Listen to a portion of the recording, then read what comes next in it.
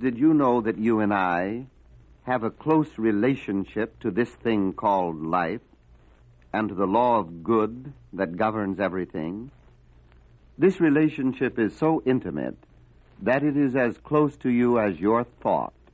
It really is in your own mind and in your own spirit. You are learning to experiment with the greatest truth that can ever come to the mind of man. The realization that you are in partnership with the infinite. What the world has been looking for, you already possess, as does everyone else. For the power of good is available to you right now.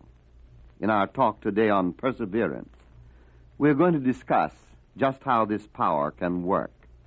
In beginning our discussion, I want to tell you about a man who ran an orphanage through faith.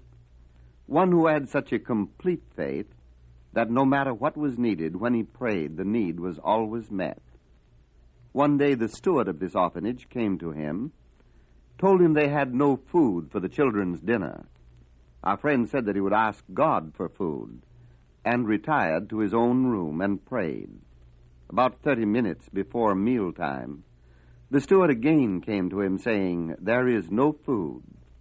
Now this man of faith followed the advice of Jesus.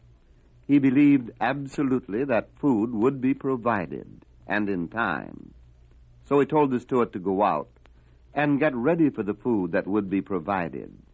And in a few moments, a wagon loaded with food came tearing up to the door, and the children enjoyed their regular evening meal. There was something different about this man, for he called the steward into his office after the meal and said to him kindly, "Your services will no longer be required." The steward asked him why. His answer was filled with very great meaning, for he said, "This establishment is run on faith, and I cannot afford to have anyone here who doubts God for 30 minutes. Millions of dollars came to this institution during the lifetime of this man, and all as a result of his belief. His life was filled with miracles of faith."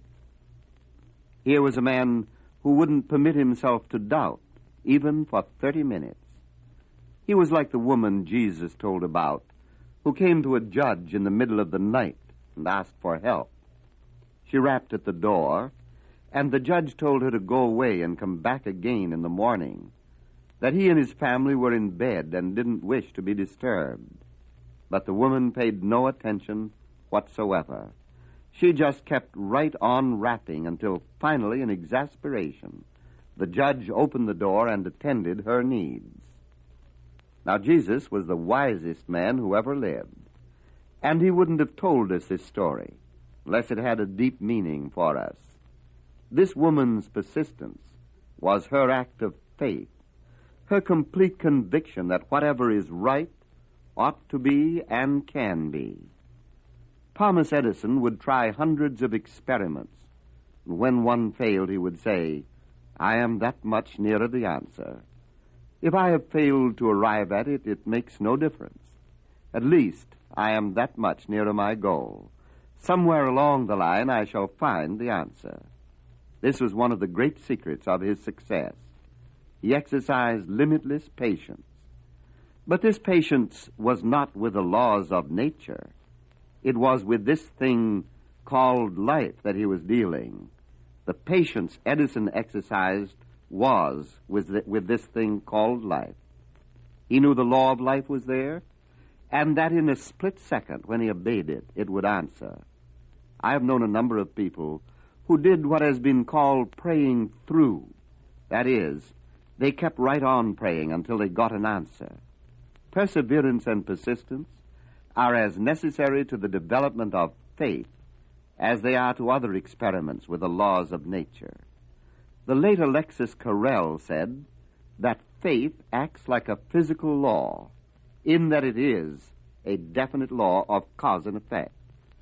Carrel said in his famous book, Man the Unknown, that above most everything else on earth, the world needs groups of people who will create great pools of faith. And the late Dr. Steinmetz, that electrical genius, said that the next 100 years will develop a knowledge of the laws of mind and the laws of spirit that will far outmeasure the discoveries of the last 7,000 years. At Duke University, there is a man whom I have met who for 20 years has been scientifically testing the transcendent powers of the mind. In some of these investigations, they have tried thousands and thousands of experiments. Finally, they are bringing certain facts to light about the mind that until now have been looked upon as absurd. And this is all done in a psychological laboratory under test conditions. They are bringing something new and something wonderful to the world.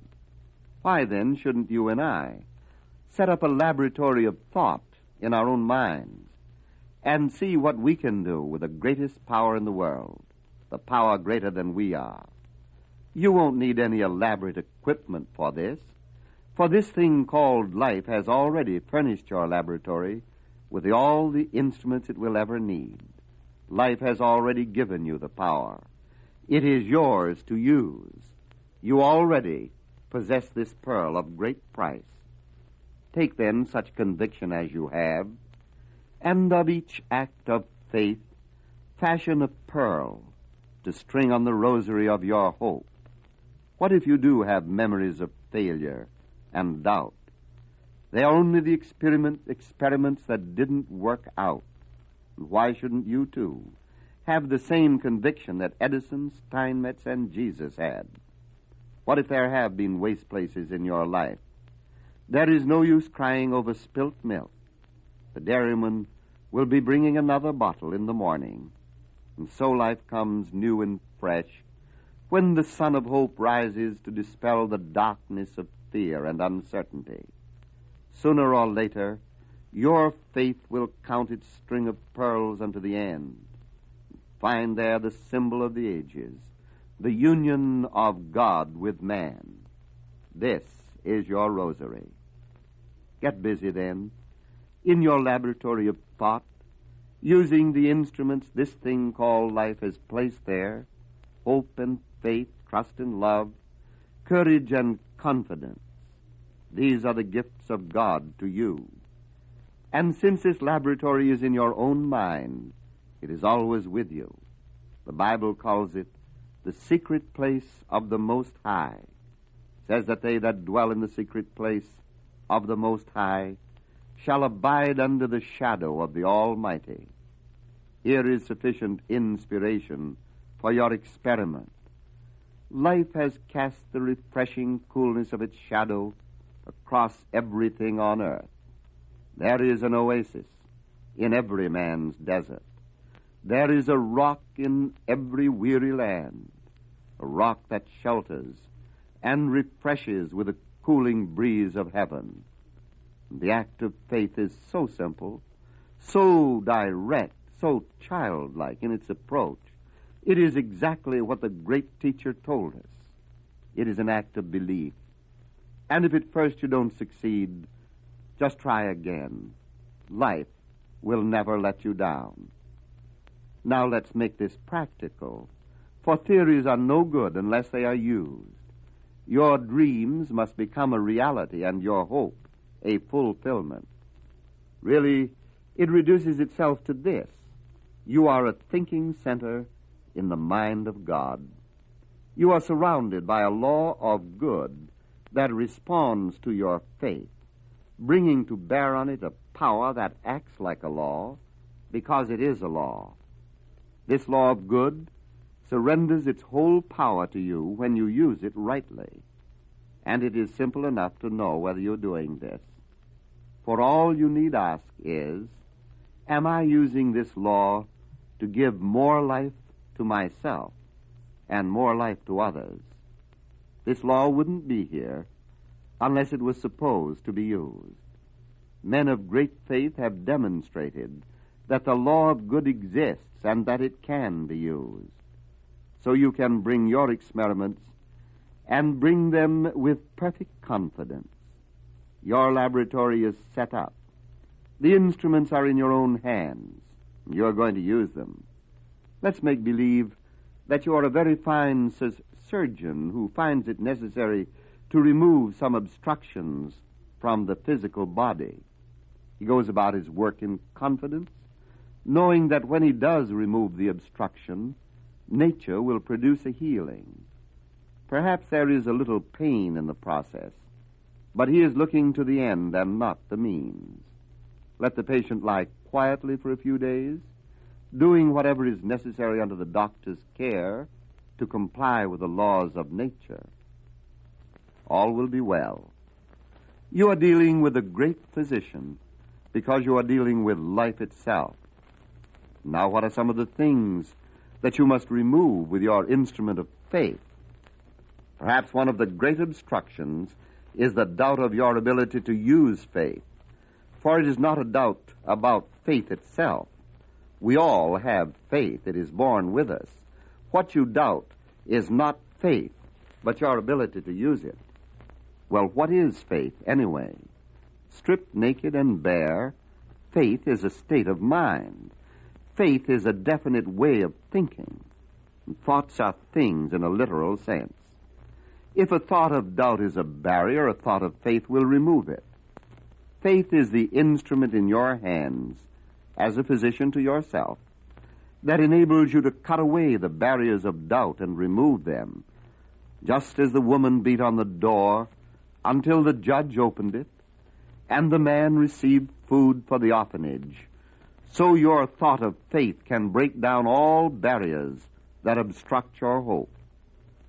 In actual practice, you would say, I am no longer afraid of this doubt, because I understand it is only a thing of thought, and I am a thinker and I can control my thoughts. Whenever doubt appears, just say, you don't belong to me. I refuse to entertain you. Just run along and mind your own business. And then if the doubt says, but I am asleep with my family, go away until tomorrow. Don't forget the woman who persevered. Just keep beating on the doorway of your faith until some unseen hand opens it and you enter and find justification for your persistence. And God will never let you down. All the powers of the universe will conspire on your behalf. Doesn't make the slightest difference what your past has been or how many times you may have failed. Life itself cannot fail, and it won't fail you.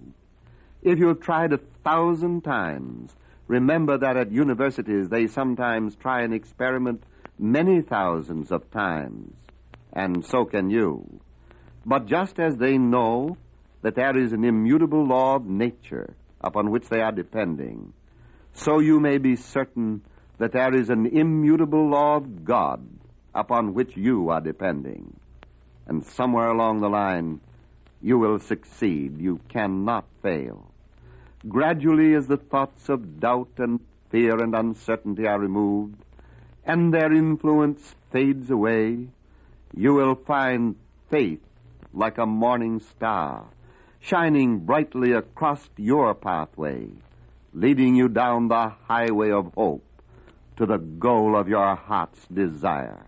Now, Dr. Holmes brings you his meditation for today. As we have discussed, there is a power for good in the universe available to all of us.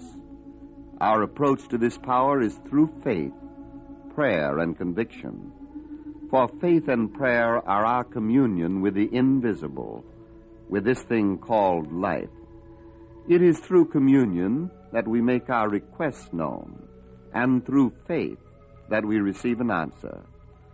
Let us then take as our thought for today, thou shalt call upon the Lord, and he will answer.